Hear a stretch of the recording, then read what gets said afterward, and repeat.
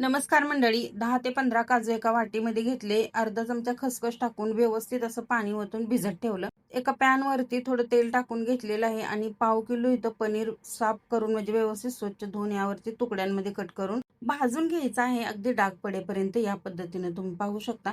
पनीर आहे ते साईडला काढून ठेवलं. त्यानंतर शिमला मिरची आणि कांद्याचे काही स्लाइस करून घेतलेले आहेत ते यावरती टाकून घ्यायचे आणि छान असे परतवून साईडला ठेवायचे. कढईमध्ये तेल घातलं. त्यानंतर जिरं टाकायचं आहेत आणि मिडियम साईजचे 2 कांदे बारीक कट करून ह्यामध्ये टाकून घ्यायचे. तेजपत्ता सुद्धा घालून घ्यायचा आणि त्यानंतर 2 टोमॅटोची प्युरी आहे ती बनवून घेतलेली आहे. अद्रक लसूणची पेस्ट घालून घ्यायची. त्यानंतर कांदा लसूण मसाला, नंतर हळद पावडर, धना जिरा पावडर आणि गरम मसाला 1 चमचा व्यवस्थित असं टाकून परतून घ्यायचं. थोडं पाणी घालायचं म्हणजे मसाला आहे तो करपला नाही जाणार आणि त्यानंतर थोडंसं झाकून ठेवायचं. जे काजूची पेस्ट आहे ती बनवून घेतलेली आहे ती यामध्ये ओतून घ्यायची. पनीर घालून घ्यायचं. कांदा आणि शिमला मिरचीचे स्लाइस केलेले ते टाकून घ्यायचे. गरजेपुरते इथं पाणी घालून घ्यायचं आहे आणि छान मिक्स करायचं. अर्धी वाटी दुधाची साय घालून घ्यायची आहे आणि मिक्स करून 5 ते 6 मिनिटांसाठी भाजी शिजवून घ्यायची. धन्यवाद.